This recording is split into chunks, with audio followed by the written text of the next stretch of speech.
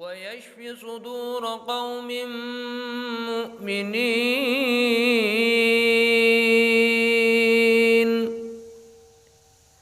فيه شفاء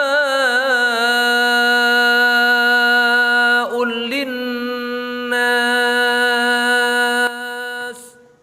Liridaillahi ta'ala wa li syafaati rasulillahi sallallahu alaihi wasallam wa li jami'i niyatin sholihah wa li qada'i hajatina min hawaji dunya wal akhirah ila hadratin nabiyil mustafa Muhammadin sallallahu alaihi wasallam wa jami'i alihi wa ashabihi wa dzurriyyati wa li baiti wa ikhwanihi minal anbiya'i mursalin wa jami'i malaikatillah wa awliyaillah wa ulama'illah wa masyayikhina wa masyayikhina wa sahbi ijazatina wa sahbi silsilatiha summa khususan li ruhaniyati Sayyidi Syekh Abi Hamid Muhammad bin Muhammad Al-Ghazali wa usuli wa furu wa masyayikhi wa ila jami'i aqribaina wa asdiqaina wa hibaina wa manasana ilana wa usana bi khair wa jami'i manasana zalamna ilaihim wa ila ashabil huquqi wajibati alaina wa lisairil muslimina wal muslimat wal mu'minina wal mu'minat al ahya'i minhum wal amwat minathaqalainil insi wal jin summa ila jami'i muassisi wa muammiri wa mutasaddiqi wa muqimi wa muallimi wa muta'allimi hadzal masjid wa hadzihil madrasah wa hadzal ma'had al-Fatihah. Bismillahirrahmanirrahim. Ar-Rahmanirrahim. Iyyaka na'budu wa iyyaka nasta'in. Shiratal ladzina an'amta 'alaihim ghairil maghdubi 'alaihim waladdallin. Bismillahirrahmanirrahim. Alhamdulillahirabbil alamin. Tsummas shalatu wassalamu ala sayyidina Muhammadin wa ala alihi wa sahbihi wa tabi'in. Rabbi shrah li sadri wa yassir li amri wahlul 'uqdatam min lisani yafqahu qawli amma ba'du. Nyuwun ngapunten kitab kula kentun niki. Kula pados sira kok mboten wonten niku. Mboten napa-napa. Kula mbikak mriki menawi wonten ingkang lepat mawon mungkin jenengan emutaken. Mergi kadang teng kitab elektronik niki napa niku kathah ingkang salah. Nah, ini ketikan tangan. Terus teng mriki kathah ingkang lepat mboten sami kalih kitab jenengan niku. Kula damel kitab elektronik. Nah niki Ar-Rabi'u nggih. Buku halaman pinten teng mriku? 89. Bismillahirrahmanirrahim. Qala mu'allif rahimahullah nafa'ana Allahu bihi wa bi ulumihi fid dharaini amin. Ar-Rabi'u utawi kang kaping 4. Ar-Rabi'u utawi kang kaping 4 ingkang perlu dijaga saking lisan. Al-mira'u iku para padu nek makna kuno. Debat ayal-ayalan. Wal jidalu lan tegese debat wa munaqasyatun nasi lan niti-niti maring menungso fil kalami ing dalam omongan. Hal yang keempat yang perlu kita jaga dari mulut kita adalah berdebat. Ayal-ayalan, apa ayal-ayalan apa? Bahasa Indonesia nih. Ngeyel-yelan, ngeyel itu sudah mulai di Indonesia kan sekarang. Kemudian mencari-cari kesalahan orang lain, munaqasyah itu meliti apa yang disampaikan orang lain untuk dicari titik kesalahannya. Ini munaqasyah. Jadi memperhatikan, meliti. Ini untuk orang seperti kita mungkin tidak begitu sering mempunyai pikiran seperti ini. Goleki salahe omongane wong mboten sering. Untuk orang seperti kita yang tidak terjebak dalam pola pikir yang ilmiah. Kalau kita sudah terjebak dalam pola pikir ilmiah, lebih-lebih ada yang tidak cocok dengan kita, itu biasanya ada kecenderungan mencari. Misalnya maaf, saya seorang NU. Ketika mendengar kajian dari orang-orang Wahabi, maka kecenderungan saya mencari kesalahan. Iki salah ini dari apa yang disampaikan oleh orang-orang Wahabi. Itu namanya munaqasyatun nasi fil kalam. Dan ini biasanya berlaku pada orang-orang yang memang merasa dia berilmu untuk mencari kesalahan materi apa yang disampaikan oleh orang lain. Ini satu hal yang sangat-sangat tidak baik kontraproduktif dengan proses penataan hati manusia, hati kita. Kenapa? Karena kita ingin terus golek kira-kira kurangin ndi. Kalau kita dalam Waalaikumsalam. Kita dalam kategori orang yang tidak masuk dalam lingkar keilmuan, jarang mikir dugi mriku.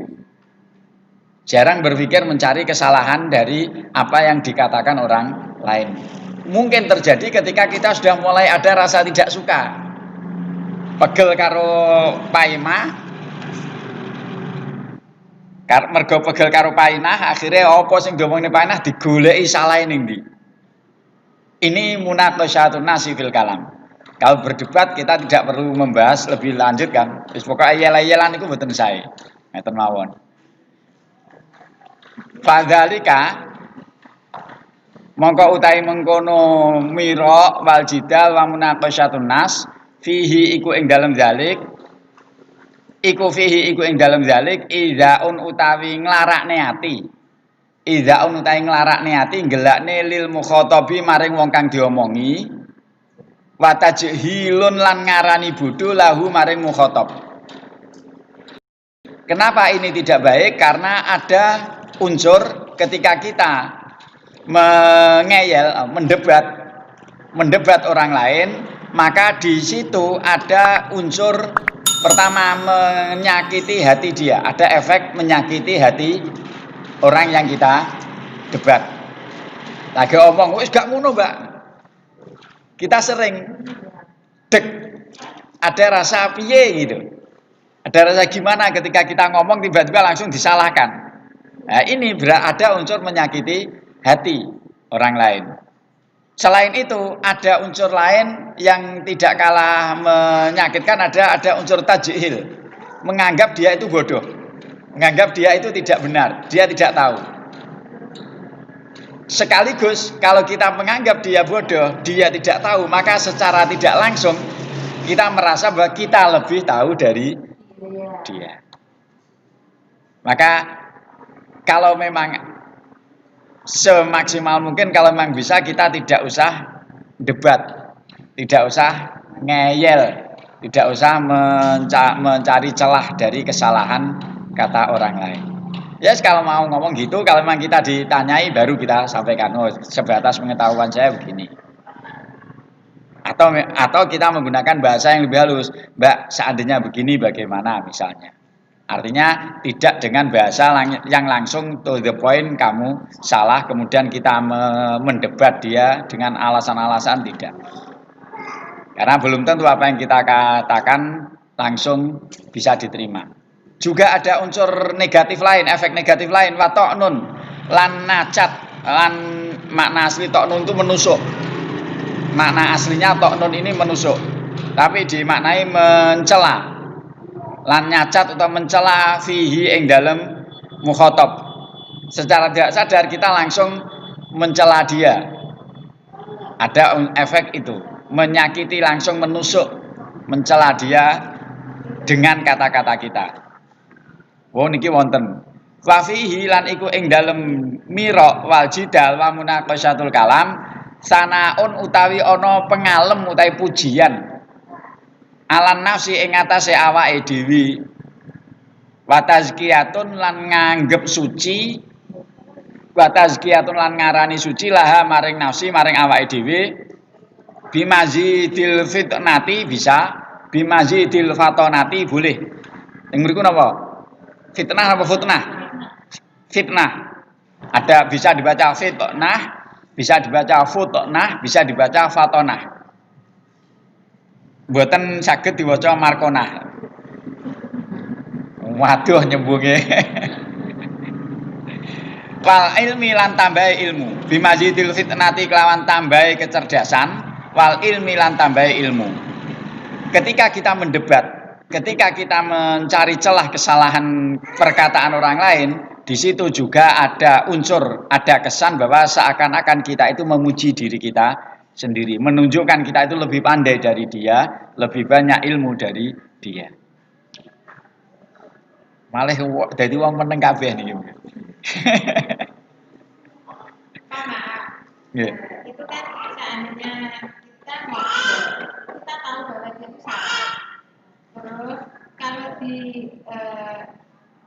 diterus-teruskan dia selalu maksudnya seperti ini sebenarnya salah banget ya. Nggih. Kita itu menyembuhkan, tapi karena gini kok terus kita itu memperjelas tapi dengan kata maaf nuwun sewu.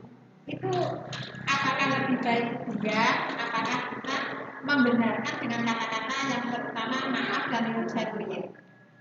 Dalam konteks tertentu, dalam keadaan tertentu memang kadang diperlukan untuk mempertegas, memperjelas, dan konfirmasi. Namun dalam konteks penataan jiwa, karena ini kajian kita, ini kajian untuk menata hati kita, dalam konsep menata jiwa, menata hati, maka kita mengalah, kita diam itu jauh lebih baik. Artinya sah-sah saja kalau terlebih ketika memang yang disampaikan itu jelas-jelas salah. Idharul haq.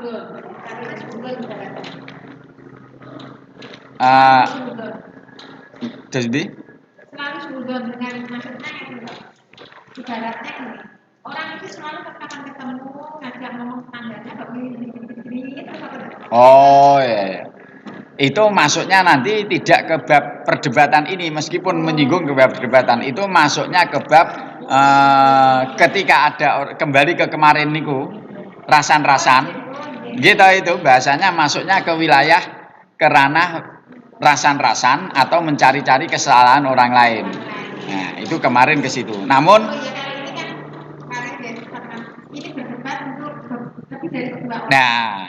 dua orang atau lebih, yang penting berdebat pada satu materi, eyel-eyelan, nah ini tidak positif untuk penataan hati.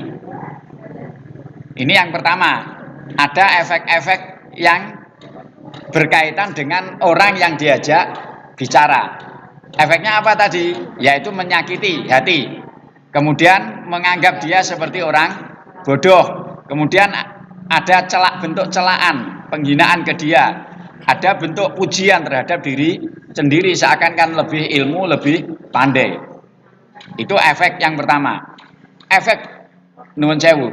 Saya ingin menyampaikan bahwa sebelum dilanjutkan, salah yang besar manakala kita berpikir apa yang kita lakukan itu imbasnya hanya satu titik saja, itu salah yang besar. Dulu pernah saya sampaikan bahwa semua yang kita lakukan, semua perjalanan hidup kita itu merupakan satu mata rantai yang tidak akan pernah terputus. Kan dulu? Bisa jadi hari ini yang kita alami itu merupakan efek perbuatan kita 10 tahun yang lalu. Kan ngeten. Bisa jadi hari ini kita berbuat baik akan berimbas pada kita 10 tahun yang akan datang. Kan ngeten. Ini yang pertama. Kedua, kita jangan sampai kita mempunyai anggapan bahwa yang kita lakukan itu imbasnya hanya pada diri kita saja, tidak. Keliru kalau kita berpikir seperti itu. Semua yang kita lakukan apapun itu multi efek. Artinya imbasnya itu tidak hanya ke depan, tidak hanya ke belakang, tapi bisa punya imbas ke samping, kanan, kiri, ke atas, bawah. Contoh sederhana mawon. Ini contoh yang paling sederhana dulu. Ketika ada seorang melakukan perbuatan zina misalnya, imbasnya bisa ke dirinya sendiri, terkena penyakit misalnya. Bisa ke suami atau ke pasangannya, berarti kan ke kanan kiri ini.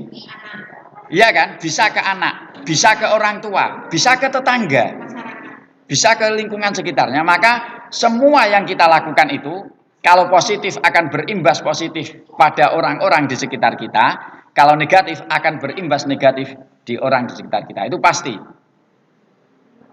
Nah, ini yang jarang kita perhatikan, seakan-akan apa yang kita lakukan efeknya hanya pada kita saja. Nah, maka di sini Imam Ghazali menyampaikan bahwa efek di antara efek buruk dari perdebatan adalah musyawisun lil aisy. Musyawisun tur ganggu nang mriku butek nggih. Napa maknane? Ngaru biru. Nah, ngaru biru. Ngaru biru niku napa biru kok dikaru. Ganggu, mengganggu ngaru biru niku ganggu butekne lil aisy maring penguripan. Itu menyebabkan pengupo jiwa penghidupan kita, sumber perekonomian kita juga bisa terganggu gara-gara perdebatan. Kenapa? Sangat mungkin ketika kita mendebat orang yang didebat itu kemudian tidak terima, mengucapkan kalimat-kalimat yang buruk, maka itu berimbas pada perekonomian dan kehidupan kita. Sangat mungkin. Jadi nuwun sewu, ini konsepnya kan konsep untuk menata hati, menata kehidupan. Jadi ini bukan berarti mutlak salah, tidak.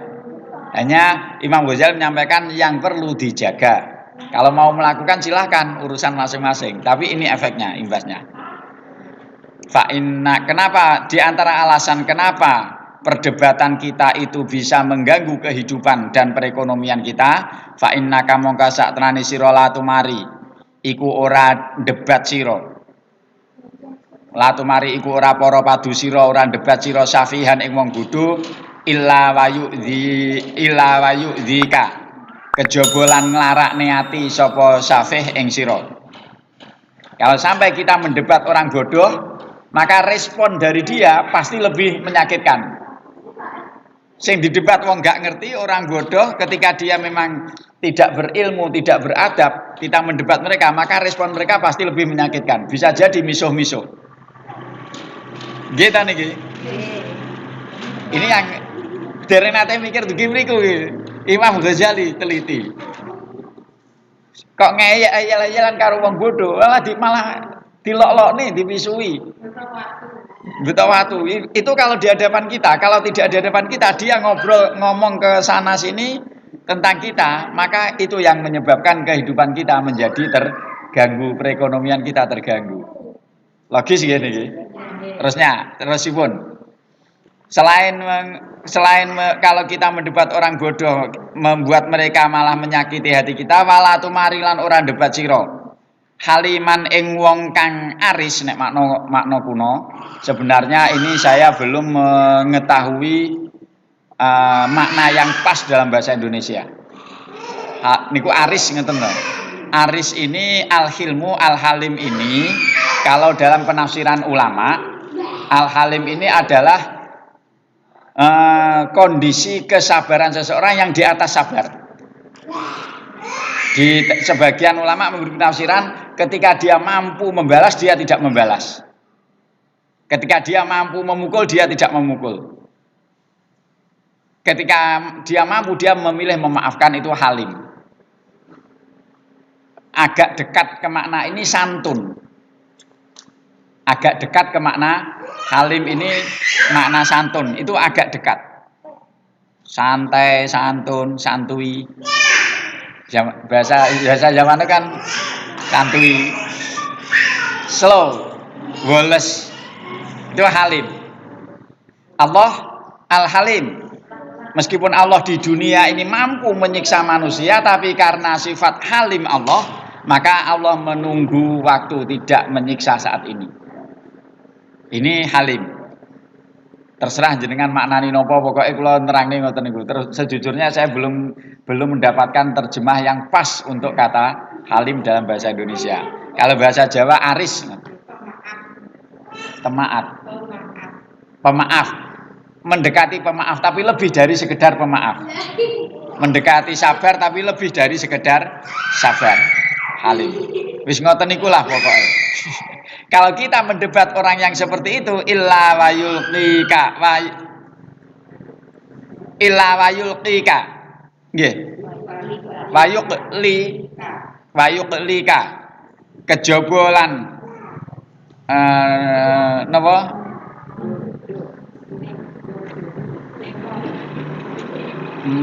Golek Pak. Padus makna ingkang penak nenteng mriku dimaknani bendu, nesu, pegel. Tapi padus makna ingkang penak niku napa? Ini hampir semakna dengan kemarahan, tapi kemarahan yang terpendam. Napa? Wis ngoten niku. Kula golek makna sing penak niku angel. Mangkel, nah mangkel. Mangkel ini tidak terungkapkan. Ini mangkel. Dia memendam kemarahan. Kenapa? Dia ngempet. Nah ini illa wa yuklika kejaba bendu lan mangkel sapa apa debat ing sira wayah kidu lan ngunek-ngunek Allah. Ngunek-ngunek itu dendam. Pemikiran yang pikiran sing elek sing pikiran yang buruk, kesan negatif yang terus tergerak dalam hati terus menjadi semacam dendam. Alaika ing atase sira. Kalau kita mendebat orang-orang yang orang itu tidak mudah reaksi dengan apa yang kita lakukan, dia akan memendam rasa sakit hati. Kalau hanya berhenti pada memendam saja, nggak masalah. Tapi kalau dia akhirnya mengungkapkan pendaman kesakitan hatinya itu kepada Allah, ini yang pada masanya jadi memberatkan, menyulitkan kehidupan kita. Melaknat orang lain ini dalam batas tertentu, dalam keadaan tertentu akan menyebabkan sang pelaknat ini akan dimintai pertanggungjawaban gara-gara melaknat orang lain. Padahal orang lain tadi memang salah misalnya. Kenapa?